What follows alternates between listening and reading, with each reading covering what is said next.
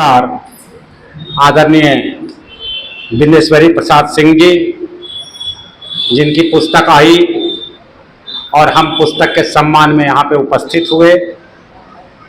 मंच पे उपस्थित हमारे अतिथिगण, सभापति आदरणीय सुरेंद्र सिंह सुरेंद्र जी, मैं इधर से चलूं तो आदरणीय जैनेन्द्र जी, डॉक्टर राम सिंहासन बाबू, डॉक्टर रामकृष्ण जी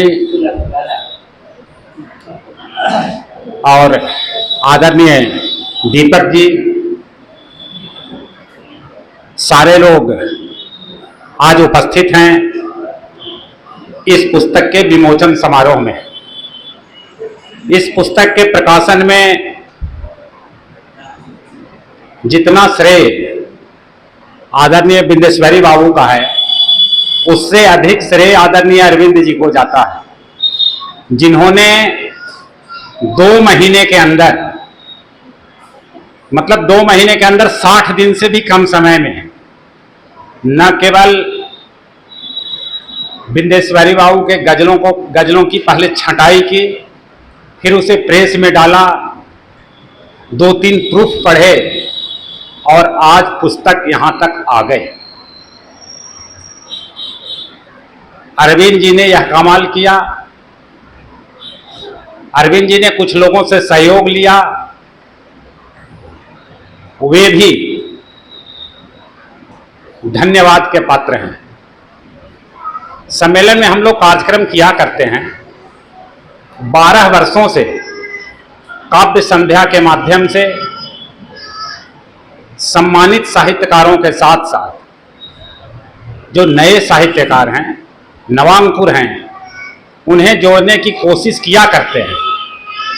साथ ही हम लोगों ने प्रस्ताव डाला कि जो हमारे वरिष्ठ साहित्यकार हैं और जिनके पास सामर्थ्य है, आप अपनी पुस्तक का प्रकाशन करवाइए, नहीं तो आपके जाने के बाद जो नई पीढ़ी है, जो मोबाइल वाली पीढ़ी है, जो इंटरनेट वाली पीढ़ी है, जो इंस्टाग्राम वाली पीढ़ी है, उसे मालूम ही नहीं होगा कि किताब क्या है, किताब छपवाना क्या है, और फिर बीच में छूट जाएंगे। तो हम लोगों ने एक मुहिम चलाया कि हमारे वैसे साहित्यकार जो साहित्य की रचना कर रहे हों, साथ ही साथ जिनके पास सामर्थ्य हो, आप अपनी पुस्तक का प्रकाशन करवाइए।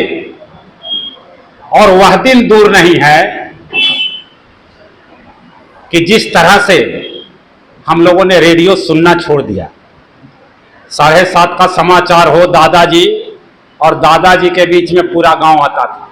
गांव में 1-2 रेडियो हुआ करते थे, लेकिन अब रेडियो छूट गया।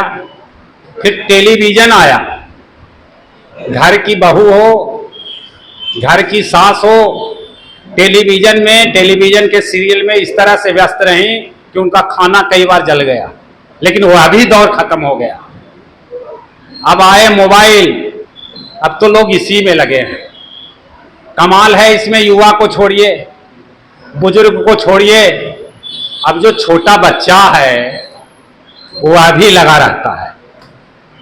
उसकी मम्मी अब चॉकलेट नहीं देती, चंदा मामा वाला गाना नहीं गाती, ट्विंकल ट्विंकल लिटिल स्टार नहीं सुनाती, उसके हाथों में मोबाइल धराती है, बड़ा वाला मोबाइल, और बच्चा उसी में मस्त रहता है। तो जो मैं यह दौर बताया, रेडियो खत्म, टेलीविजन खत्म, मोबाइल भी खत्म होगा, और एक दिन लोग पुस्तक की दुनिया में आएंगे।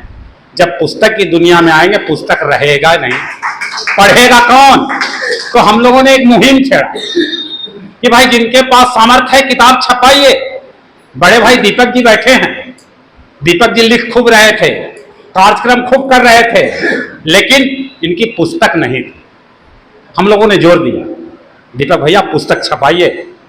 और रचना की कोई कमी नहीं थी, छपी पुस्तक। यहाँ पे सुमन जी बैठे होंगे, सुमन विश्वकर्मा जी, हाल में उनकी पुस्तक आई। बैंक के मैनेजर साहब बैठे हैं, इनकी पुस्तक आई। और अब बिंदेश्वरी बाबू इस चौथेपन में, जब हमारा धर्मशास्त्र कहता है कि चौथापन हो गया तो घर छोड़िए, परिवार छोड़िए और माला जपिए, अब तो राम मंदिर बन गया। लेकिन बिंदेश्वरी बाबू ने इस बात को नहीं स्वीकारा। जब हम लोगों ने कहा कि बिंदेश्वरी बाबू, उम्र का क्या ठिकाना, आदमी का क्या ठिकाना, आप चले जाइएगा, कुछ नहीं रहेगा। अब इतनी अच्छी रचना करते हैं, मंचों पे सुनाया करते हैं, आपके जाने के बाद क्या होगा। और फिर उन्होंने हम लोगों की बात मानी और उन्होंने सारी डायरी, जवानी से लेकर अब तक की डायरी हम लोगों को सुपुर्द कर दी। बस यही मटेरियल है, इसमें से छटाई कर लीजिए। और हम लोगों ने छटाई की, और छटाई के बाद जो 100 कुछ आए गजल, कुछ गजल छूट गए होंगे, हम भी देखे थे, अरविंद जी भी देखे थे, कुछ बिंदेश्वरी बाबू भी देखे थे, कुछ उनकी शानदार गजलें छूट गई होंगी। विधा गजल है। जब आपके हाथों में पुस्तक जाएगी तो आप तो दंग हो जाइएगा। उर्दू विधा की पुस्तक, उर्दू विधा की गजल विधा, लेकिन आप इसमें देखिएगा सब कुछ है। श्रृंगार देखिएगा, श्रृंगार भी है। व्यंग तो इतने तीखे हैं, इतने तीखे व्यंग हैं। अरविंद जी, मैंने आज सारी पुस्तक पढ़ गए, विद्यालय में बैठा था, एक एक पढ़ रहा था, और इतने तीखे व्यंग हैं कि अभी तो अखबार वालों का कभी सम्मेलन चल रहा है, कभी गांधी मैदान में, कभी ऑडिटोरियम में, और बड़े महंगे महंगे कवि आ रहे हैं हास्य व्यंग के। कल भी आ रहे हैं, कल प्रभात खबर वाले आ रहे हैं, दैनिक जागरण वाले, हिंदुस्तान वाले, सारे लोग बुला रहे हैं।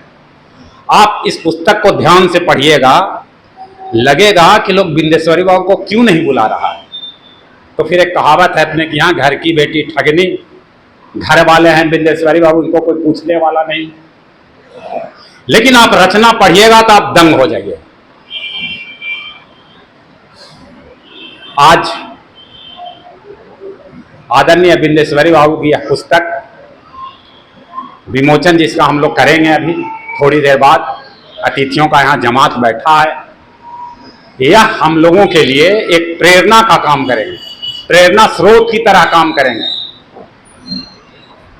कि अगर आप भी रचना करते हैं, आपके सगे संबंधी रचना करते हैं, तो उस रचना को किताब का आकार दीजिए, तभी जिंदा रहेगा। हम जिस धरती पे बैठे हैं, यह केवल धर्म की धरती नहीं है। विष्णु पद में केवल तीर्थयात्री नहीं आया करते, बोध गया में विदेशी यात्री नहीं आया करते। यह साहित्य की भी धरती है, जहां पंडित मोहनलाल महतो वियोगी, पंडित हंस कुमार तिवारी, जानकी वल्लभ शास्त्री जैसे वैसे साहित्यकार हुए जिन्होंने साहित्य में अपना स्थान बनाया। उनकी भी वही हालत है। पंडित मोहनलाल महतो वियोगी ने सैकड़ों पुस्तकें लिखी हैं, लेकिन उसका प्रकाशन नहीं हो सका। उनका प्रकाशन करवाने वाला अब कोई नहीं है। हंस कुमार के साथ वही दिक्कत है। और इस समस्या को मैं इसलिए रख रहा हूं कि इस समस्या को हम लोगों ने झेला। यहां पुस्तक मेला लगता है, गया जिला हिंदी साहित्य सम्मेलन का स्टॉल होता है, पुस्तक स्टॉल। लोग बाहर के आते हैं, मांगते हैं कि मोहनलाल महतो वियोगी की पुस्तक दीजिए, पुस्तक है ही नहीं। हंस कुमार तिवारी की पुस्तक दीजिए, पुस्तक है ही नहीं। अब जैसे बिंदेश्वरी बाबू को जानने वाले लोग अगर कहेंगे कि बिंदेश्वरी जी की पुस्तक दीजिए, अगर पुस्तक की छपाई नहीं होती तो हम क्या कहते हैं? यह जरूरी काम है, साहित्य के लिए यह जरूरी काम है। और आप जो इतने सारे लोग आए, जब कभी हम लोगों को बड़ा कंफ्यूजन होता है कि अभी साहित्य का क्या होगा, अगली पीढ़ी नहीं आ रही है, और यहाँ भी नौजवान पीढ़ी कम है, लेकिन नौजवान पीढ़ी के चचा लोग तो बैठे हैं। अगर आप चाहिएगा तो फिर से साहित्य पुनर्जीवित होने वाला है, जिसकी एक कड़ी यह भी होगा, बिंदेश्वरी बाबू की पुस्तक। आप आए, सबसे पहले आप धन्यवाद के पात्र हैं। और जो हमारे अतिथि मंच पे आए, एक कहने पर, एक मोबाइल घुमाने पर, एक कॉल पर जो हमारे अतिथि यहाँ पे आए, और बिंदेश्वरी बाबू के इस पुस्तक विमोचन समारोह का मान और सम्मान बढ़ाया। इसके लिए मैं अपनी ओर से, गया जिला साहित्य सम्मेलन की ओर से इन सबों को हार्दिक बधाई देता हूँ, अभिनंदन और वंदन करता हूँ कि आप इसी तरह लगे रहेंगे तो जब मन में भ्रम हम लोग पाल रहे हैं कि अब साहित्य का समय जाने वाला है, पुस्तक पढ़ने का समय जाने वाला है, हम आशावादी हैं, फिर से समय लौटेगा। इसी आशा और उम्मीद के साथ एक दफ़ा फिर से आप सभी को सम्मेलन की ओर से अभिनंदन और वंदन।